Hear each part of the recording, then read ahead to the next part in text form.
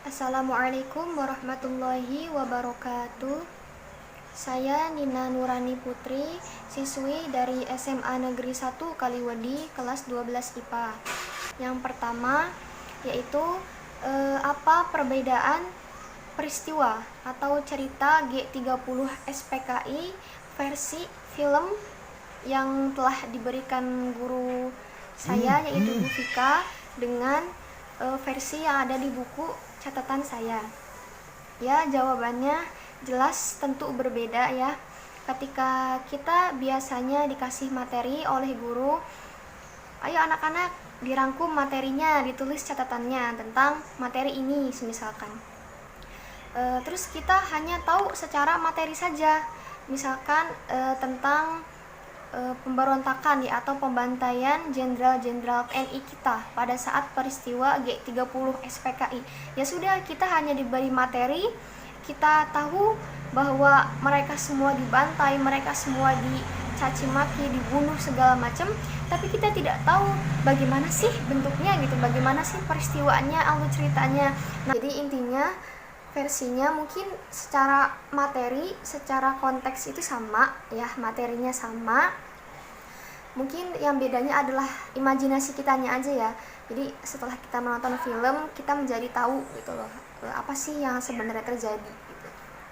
Selanjutnya pertanyaan yang kedua, mengapa sasaran peristiwa G30 SPKI ini adalah para jenderal TNI Angkatan Darat?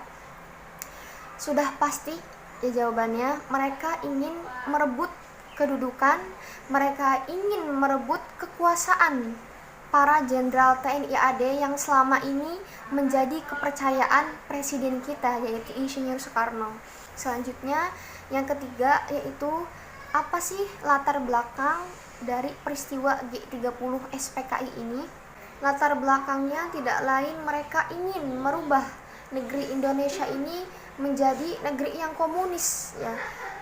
Mungkin dengan mereka menyerang, dengan mereka membunuh para jenderal TNI ini, mereka bisa merebut kekuasaan negeri Indonesia ini gitu. Makanya di dalam anggotanya itu disuntik ya pikiran-pikiran tentara PKI-nya itu, mereka nggak tahu arti sebenarnya PKI itu seperti apa, makanya dengan mudahnya mereka membunuh para jenderal TNI kita gitu. Pertanyaan selanjutnya yaitu apa tujuan dari gerakan G30 SPKI ini? Ya sudah pasti mereka ingin merubah NKRI kita ini menjadi negara yang komunis ya.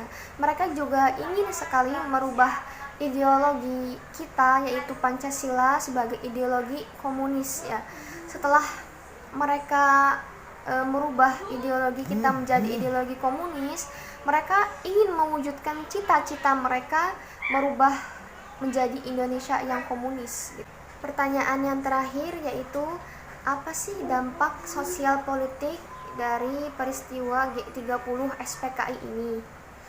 Ya, yang pertama yaitu presiden kita Insinyur Soekarno kehilangan wibawanya ya di mata masyarakat.